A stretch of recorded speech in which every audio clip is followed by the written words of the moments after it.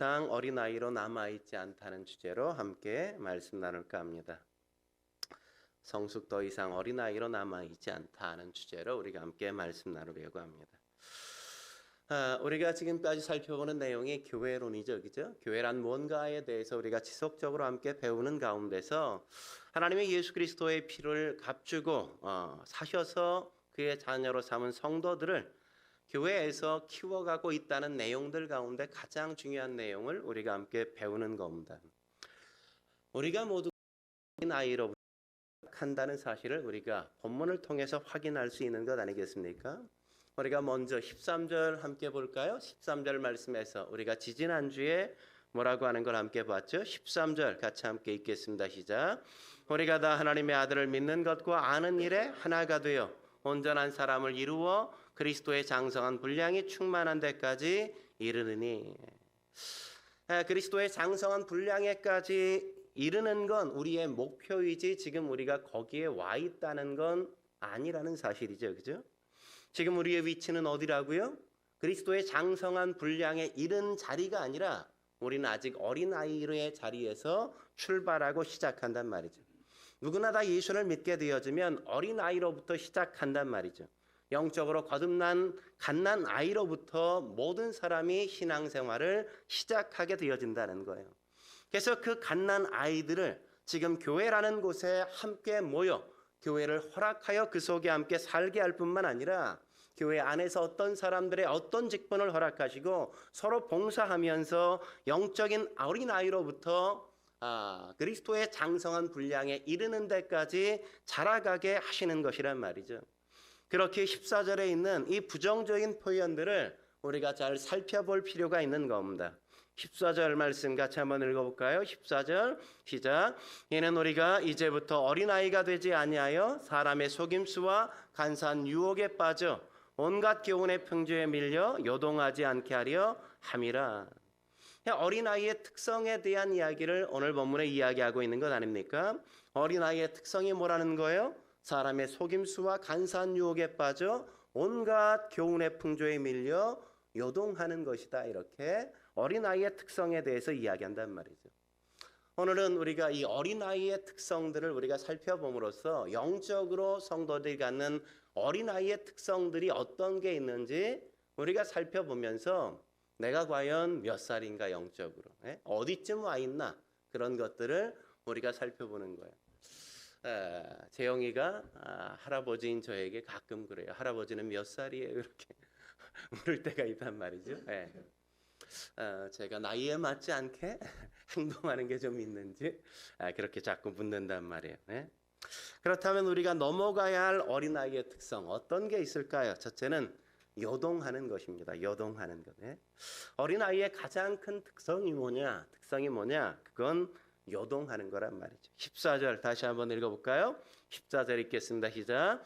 이는 우리가 이제부터 어린아이가 되지 아니하여 사람의 속임수와 간사한 유혹에 빠져 온갖 교훈의 풍조에 밀려 요동하지 않게 하려 함이라.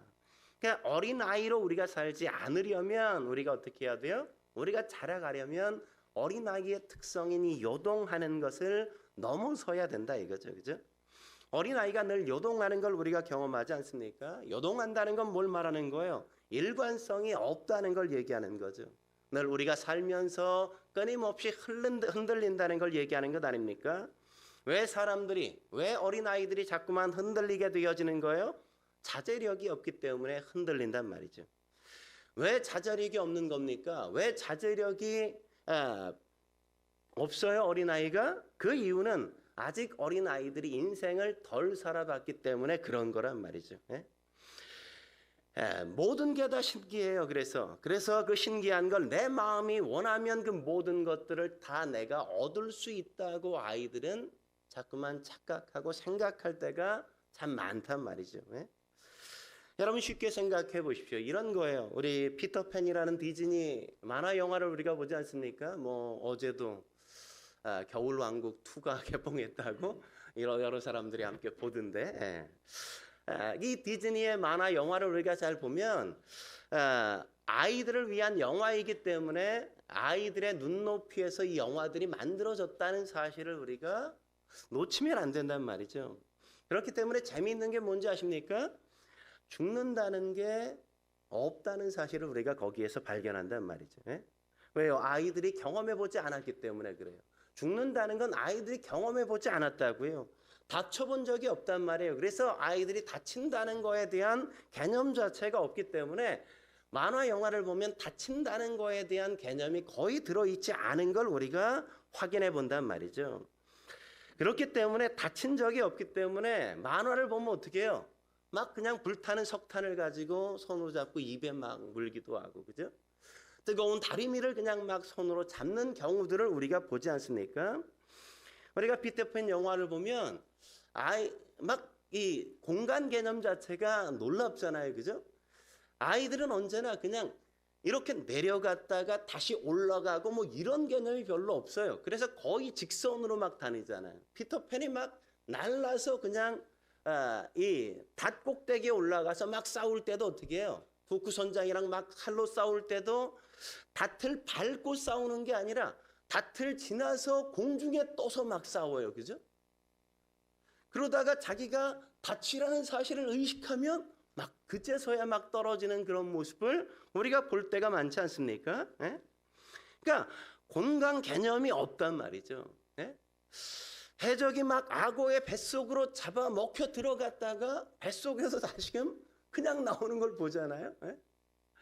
폭탄이 빵 터졌는데 얼굴만 까매졌지 죽지 않아요. 죽지 않아. 예?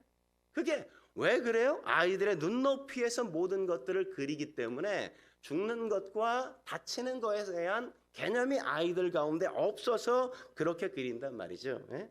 이게 바로 아이들의 사고방식이란 말이죠.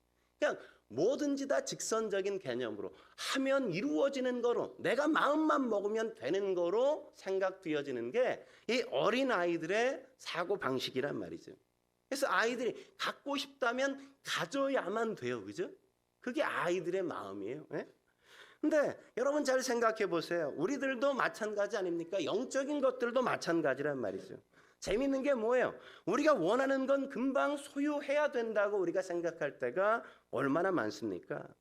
내가 소유하지 못했다는 건 내가 원하지 않기 때문이고 내가 원하면 그 어떤 것도 우리는 소유해야 된다고 생각할 때가 많지 않습니까? 그래서 흥미로운 게 뭐예요? 기도하는데 왜 응답하지 않아요? 이런 거죠. 그죠? 하나님 내가 구했잖아요. 구하면 주신다며요. 내가 구했는데 왜 주시지 않아요? 라고 하나님 앞에 물을 때가 있지 않습니까? 아, 하나님 7번 기도하라고요? 1번 기도하고 2번 기도하고. 아니 내가 7번 구했는데 왜 주시지 않는 거예요? 예? 우리가 그렇게 너무 쉽게 생각할 때가 얼마나 많이 있습니까? 믿어라. 그래서 제가 믿었잖아요. 정말 제가 믿었잖아요. 우리가 그렇게 말할 때가 너무나도 많단 말이죠.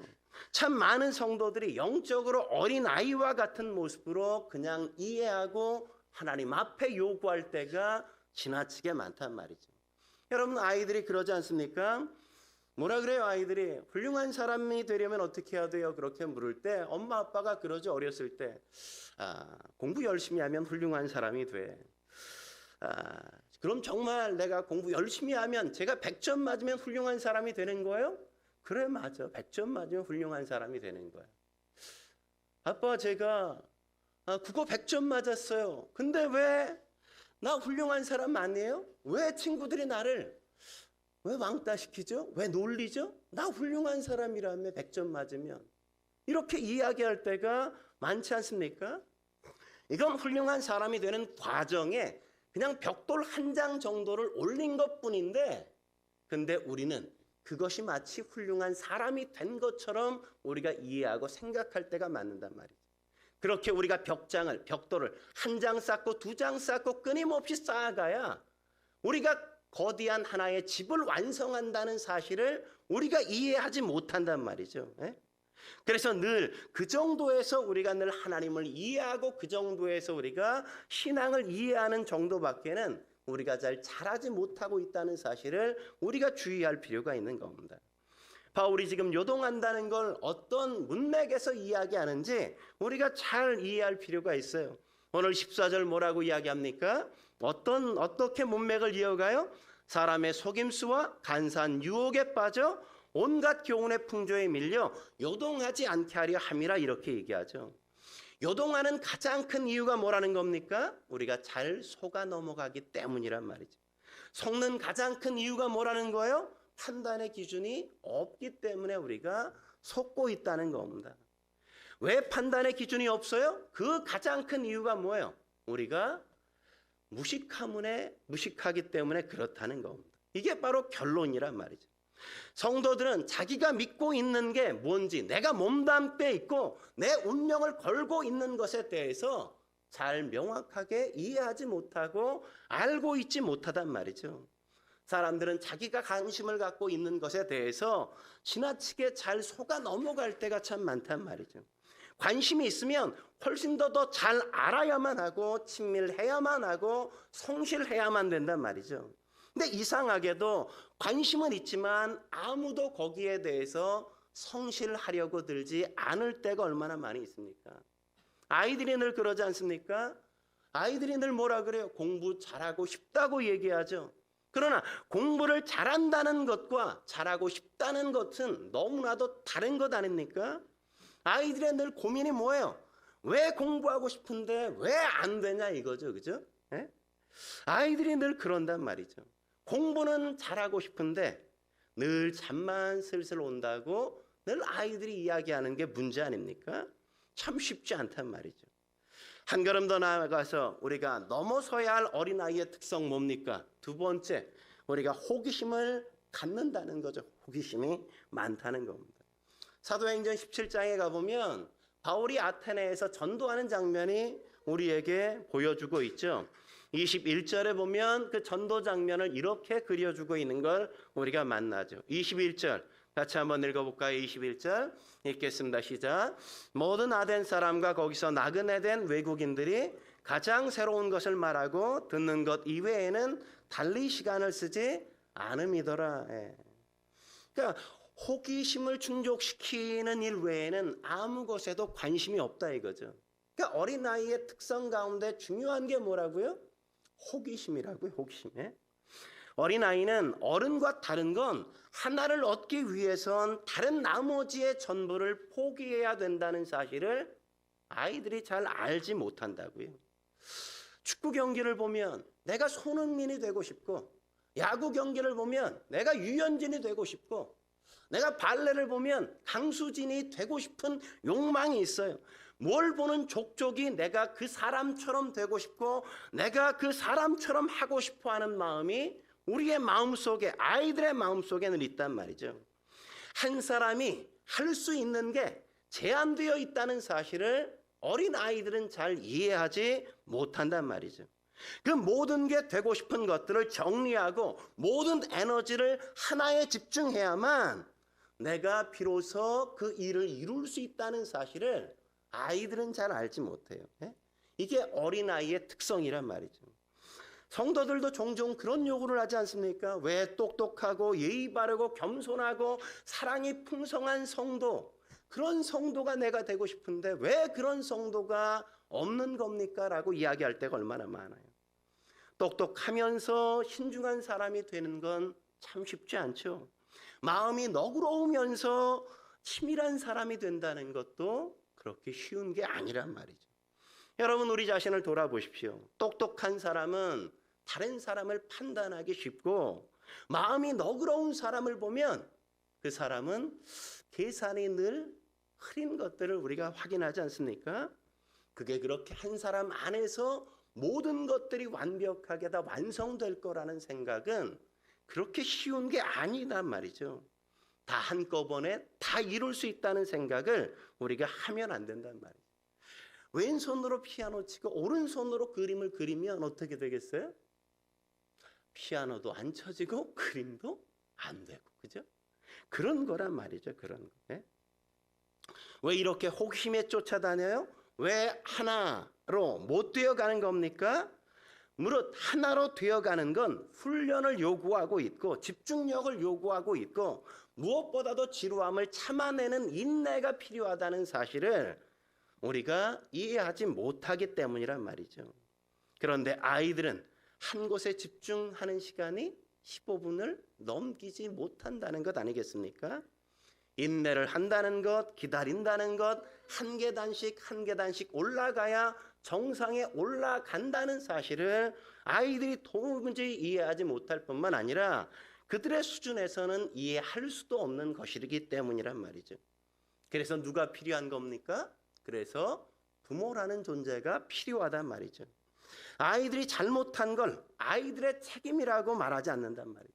아이들 보고 왜 이렇게 변덕이 죽글특해? 왜 이렇게 의지력이 약한 거야? 이렇게 야단치지 않는단 말이죠. 뭐라고 얘기해요?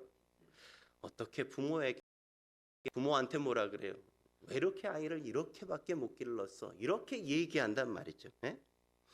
목회자들이 목회를 하면서 가장 어렵게 생각하는 것 가운데 하나가 뭔지 아십니까?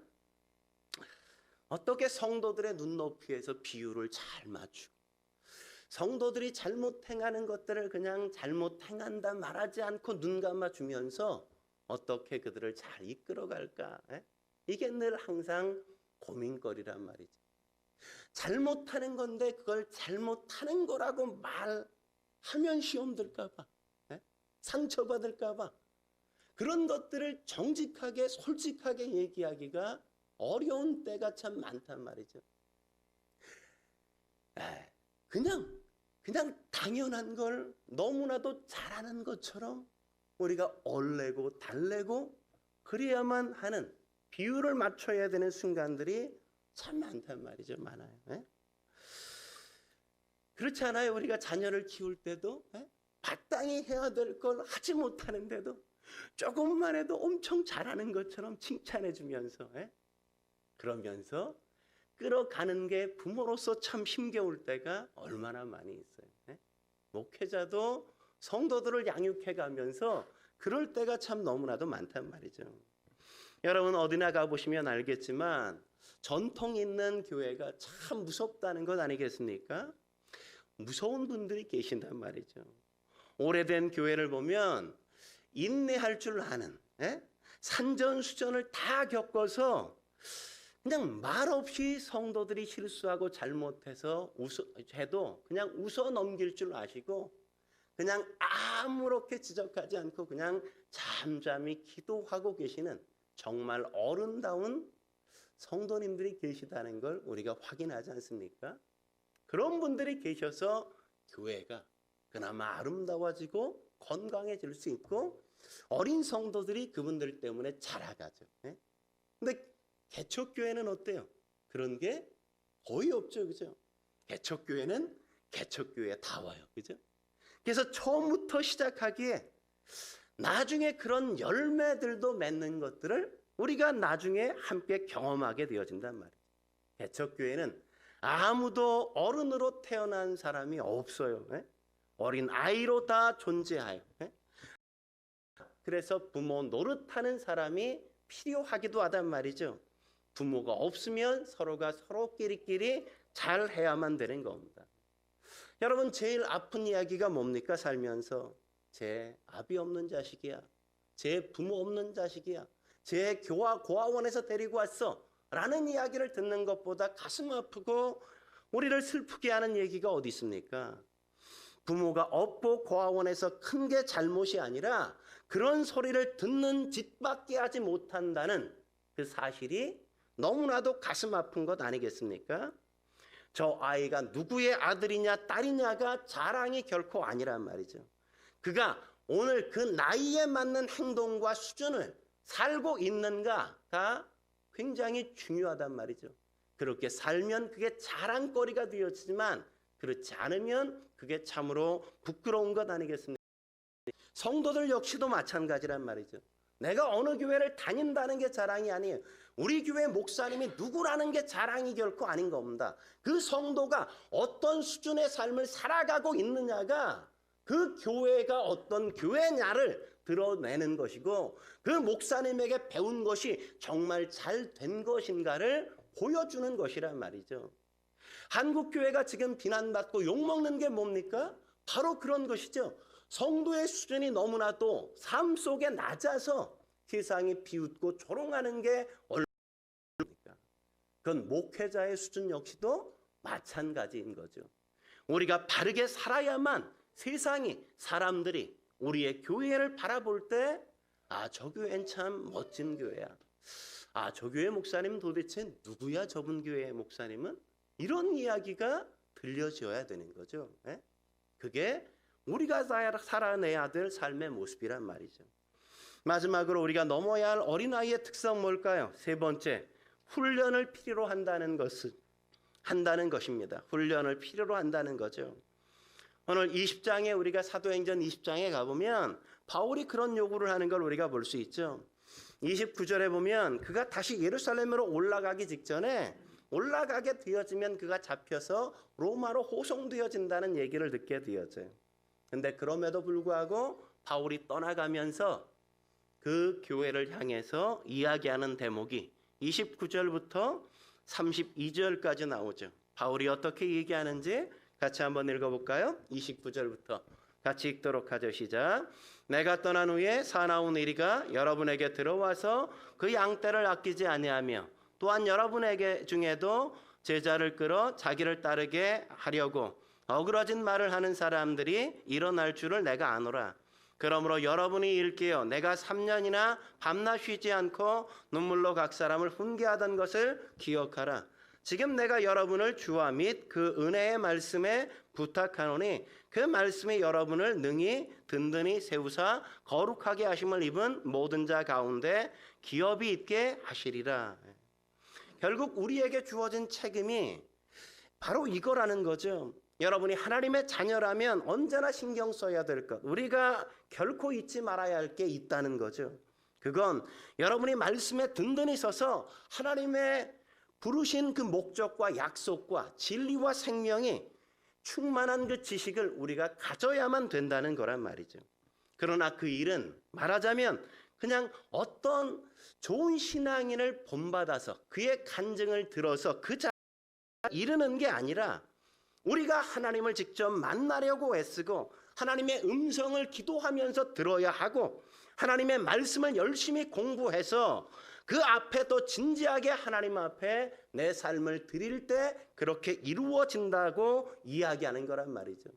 우리가 단순히 성공한 사업가 그들의 간증을 듣는다고 해서 그리고 그들을 부러워한다고 해서 그렇게 되는 것, 유명한 연예인들 이런 사람들의 간증을 들으면서 꿈꾸는 것으로 또 어떤 유명인을 통해서 우리가 듣는 어떤 간증이나 강의를 통해서 우리가 성장하는 게 결코 아니란 말이죠. 우리가 하나님의 자녀가 되었기 때문에 우리가 하나님께 받은 이 약속과 하나님이 우리를 위해 계획해 놓으신 그 놀라운 목적들을 바르게 이해하고 그것이 내 삶과 이루어지기 위하여 내가 하나님의 말씀을 열고 그 말씀이 정말 그러한가를 함께 해보고 내가 기도하면서 하나님을 직접 경험해보고 내가 교회 가운데서 내 삶을 헌신하면서 성도들과 부딪혀 내가 경험해 가야만 내가 그 자리에 함께 서갈 수 있다는 겁니다. 그런 수고와 그런 헌신이 없으면 우리가 결코 잘하지 않는다고요. 근데 우리는 그런 수고와 그런 헌신과 그런 대가를 지불하지 않고 그냥 하루아침에 그냥 내가 그 자리에 서는 걸 기대할 때가 얼마나 많이 있습니까? 어떤 교회에서는 그냥 철야 기도했더니 불 받았더라 우리는 그런 것을 너무 하고 그런 것들을 우리가 바랄 때가 많지 않습니까? 과정과 시간이 걸리는 일인데 우리가 한 과정 한 걸음을 걸어가려고 하지 않고 그냥 방언만 받으면 내가 마치 하나님의 사람으로 완벽해지는 것처럼 내가 뭔가 병이 고쳐지면 내가 하나님의 사람처럼 완전히 변화되어지는 것으로 그렇게 우리가 그릇 이해할 때가 얼마나 많아요. 그래서 우리는 자꾸만 그런 자리로 우리가 이끈 우리의 삶을 가지고 가려 할 때가 얼마나 많아요. 나도 방언을 받고 싶다. 나도 치유를 경험하고 싶다. 누가 나를 넘길 때 내가 넘어지고 싶다. 금리발로 막 만들어주면 나도 금리발 만들어줬어. 이런 경험을 하고 싶어하는. 그래서 그렇게 한 번에 내가 하나님의 사람으로 완벽해지는 것들을 꿈꾸는 성도들이 얼마나 많냐 말이죠. 그건 잘못된 것이란 말이죠. 그리고 이 시간이 걸리는 것에 대한 지루함이 여러분으로 하여금 이것만이 정말 길인가? 꼭 이래야만 되나? 예? 이런 우리를 흔드는 것이 될 때가 참 많단 말이죠. 예? 그래서 오늘 이야기하는 겁니까? 너희가 일 깨워 내가 3년이나 밤낮 쉬지 않고 눈물로 각 사람을 훈계하던 것을 기억하라고 이야기하는 걸 우리가 놓치면 안 된단 말이죠. 예? 얼마나 많은 성도들이 어린아이의 수준에서 머물러 있는지 모른단 말이죠. 훈련을 받고 싶어 하잖아요. 내가 하나님 앞에서 훈련받고 공부해야만 된다는 사실을 잊고 지낼 때가 너무나도 많단 말이죠. 하나님의 약속이 얼마나 우리 가운데 풍성히 주어졌는지 그것을 캐보려고 하지 않고 기도하면서 하나님을 경험하려고 하지 않는단 말이죠. 예? 어디서 그냥 듣고 온 이야기만 자꾸만 교회 안에서 할 때가 얼마나 많습니까? 어디가 보니까 뭐 양강나팔을 불더라. 예? 어디 가니까 뭐 쓰러뜨리더라. 어디 가니까 뭐 금가루 떨어지더라. 뭐 이런 집회나 이런 것에 대한 이야기들만 자꾸만 우리는 와서 해대지. 우리가 성경을 꺼내놓고 머리를 싸매고 기도하고 열어서 공부하고 그 속에서 하나님이 어떤 분이신지를 찾고 만나려고 하지 않는단 말이죠. 예? 여러분의 신앙을 되돌아보십시오. 우리가 얼마나 많이 쉽게 남의 얘기만 그렇게 많이 해왔습니까?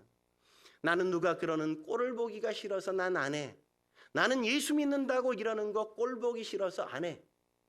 결국 뭐예요? 다 안 하겠다는 것 아니겠습니까? 하고 싶지 않은 핑계들을 우리가 얼마나 많이 될 때가 많아요? 모처럼 내가 교회 가려고 그랬는데 교회 가다가 오늘 왜 이렇게 차가 막혀? 나 예수 그냥 안 믿을래. 내가 교회 갔다 왔는데 다음날 접촉사고가 났어? 난 예수 믿으라지 말라는 것 같아. 우리는 꼭 예수 안 믿을 것만 찾아다닐 때가 얼마나 많아요. 여러분, 거꾸로 그럼에도 불구하고 내가 하는 건 얼마나 있습니까? 예? 우리 교회는 참 별 볼 일 없어. 목사도 뭐 별 볼 일 없어. 그럼에도 불구하고 나는 이런 교회를 통해서 하나님이 일 줄 믿어. 왜 이런 건 안 되죠? 내가 교회 열심히 다니고 기도 열심히 하는데 그런데도 난 어려워. 이 어려움을 주신 건 하나님이 이 속에서 내게 무언가 거룩한 뜻이 있다는 걸 난 믿어 의심치 않아. 왜 이런 건 잘 되어지지 않는 거예요? 네? 내가 그렇게 수고했는데, 내가 그렇게 열심히 했는데, 하나님 앞에 그렇게 봉사하고 하나님 앞에 내 삶을 드렸는데, 그럼에도 불구하고 잘 안 된 것에 대해서 하나님의 또 다른 뜻이 있을 거야. 왜 이렇게는 안 되고? 이렇게밖에 안 해주시면 난 못해? 이렇게만 우리는 자꾸만 가려고 하는 거죠. 예? 땀 흘리고 수고하고 남 놀 때 다 놀고 남 쉴 때 다 쉬면서 어떻게 우리가 잘 해갈 수 있겠습니까? 예? 여러분 당구를 굉장히 잘 치는 목사님이 계셨어요. 당구를 얼마나 잘 치냐면 1000이나 치세요. 예? 우리 의선이 당구 몇이지? 80에. 보통 뭐 80, 100 잘 치는 사람이 150. 정말 잘 치는 사람은 한 300 정도 치면 우리가 잘 친다 그러는데 이분은 당구가 1000이야, 1000. 예? 그러니까 당구를 기가 막히게 치는 거예요. 이분은 신학교 다닐 때 사모님과 연애할 때 뭐 신학생이 돈이 어디 있어요? 연애비가 없으니까 그럴 때 사모님 보고 밖에 잠깐 기다려 이러면 꼭 따라 올라온대요. 그래서 당구를 내기 당구를 친다는 거예요. 내기 당구를 치면 꼭 돈을 따가지고 그걸 가지고 연애를 하는 거예요. 근데 내기 당구를 칠 때 당구면 옆에서 그 사모님이 늘 그런대요. 아니 몰아놓고 이렇게 치면 되잖아요. 근데 몰아놓고 칠 수가 없는 거죠. 예? 그게 실력인데 예? 몰아놓고 칠 줄 알면 1000이 되는 거야. 예? 치면 엉뚱한 데 가 있어서 그게 안 되는 거거든. 어떤 사람이 이 목사님한테 아니 어쩌면 그렇게 당구를 잘 치세요.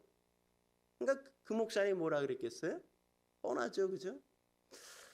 내가 남들 공부할 때 다 공부했으면 어떻게 내가 당구를 이렇게 잘 쳤겠어요? 이분이 이런다는 거 아니겠어요? 학교 다닐 때 공부는 열심히 하지 않고 당구장에 가서 열심히 당구 쳤기 때문에 내가 이렇게 당구를 잘 친다 이 얘기를 하는 거죠, 그죠? 노력이 없이 이루어지는 건 아무것도 없다고요. 노력이 없이. 애쓰지 않고 이루어지는 게 있습니까? 없어요, 없어요. 근데 우리는 자꾸만 신앙의 문제에 와서는 어떻게 생각해요? 우리가 노력하지 않고 애쓰지 않고 적당히 해서 내가 구원을 값없이 받은 것처럼 그 모든 것들을 그 성숙의 문제까지도 값없이 공짜로 너무나도 편하게 그 자리에 가 있고 싶어하는 욕망이 우리 속에 너무 많다고요. 우리가 대가를 지불하면서 그 과정의 훈련을 겪어가면서 우리가 거기에 가야만 된다는 사실을 놓칠 때가 많다고요. 바울이 갈라디아서 6장 7절에 뭐라고 이야기합니까? 같이 한번 읽어볼까요? 같이 읽죠. 시작. 스스로 속이지 말라. 하나님은 업심여김을 받지 아니하시나니 사람이 무엇으로 심든지 그대로 거두리라. 어떻게 거둔다고요?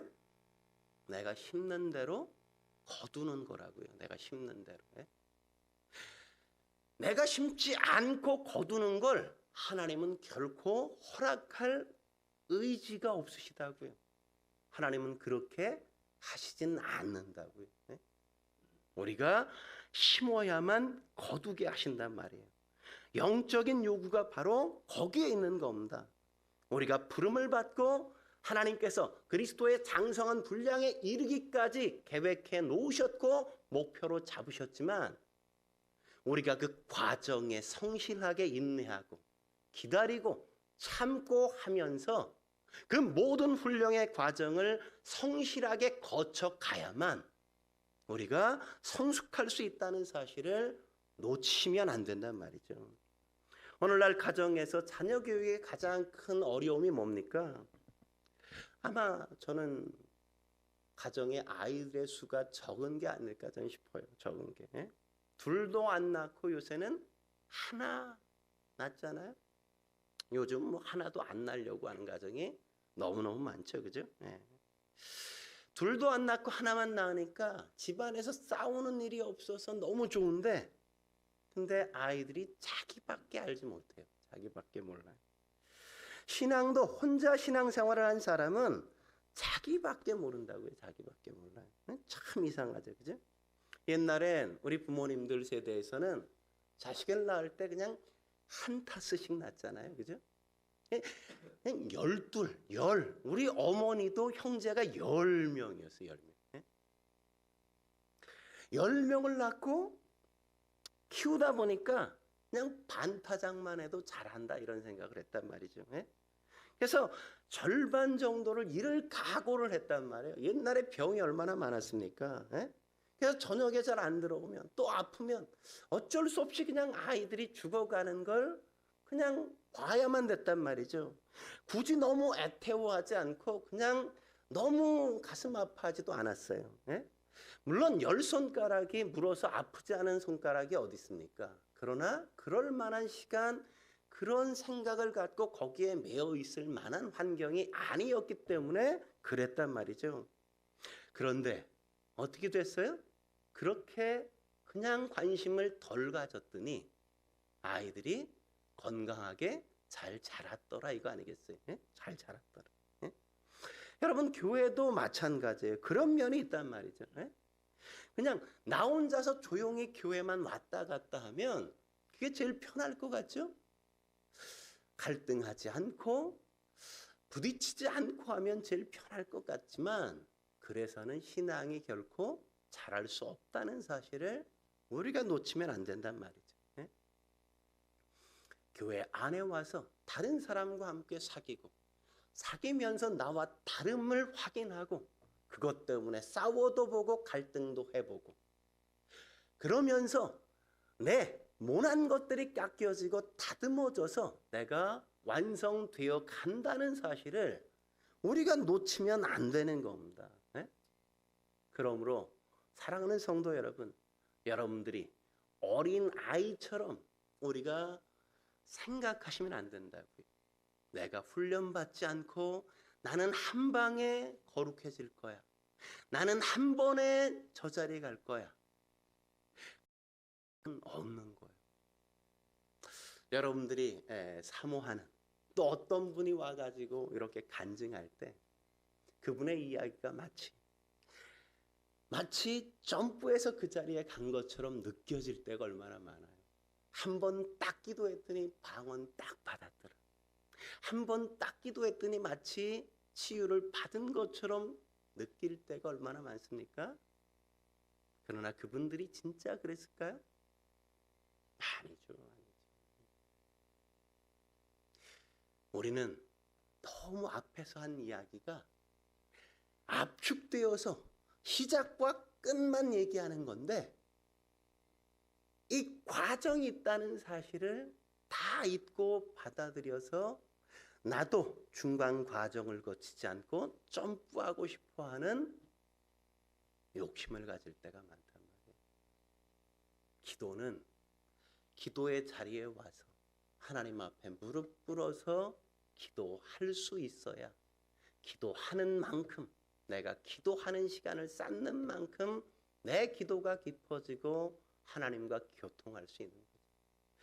하나님의 마음을 아는 건 내가 성경을 열어서 하나님이 뭐라고 말씀하시는가를 날마다 확인해가고 또 묵상하고 하나하나 깨달아 갈 때 비로소 내가 하나님의 마음을 아는 것이고 신앙생활이 뭔지를 깨닫고 아는 것이란 말이죠.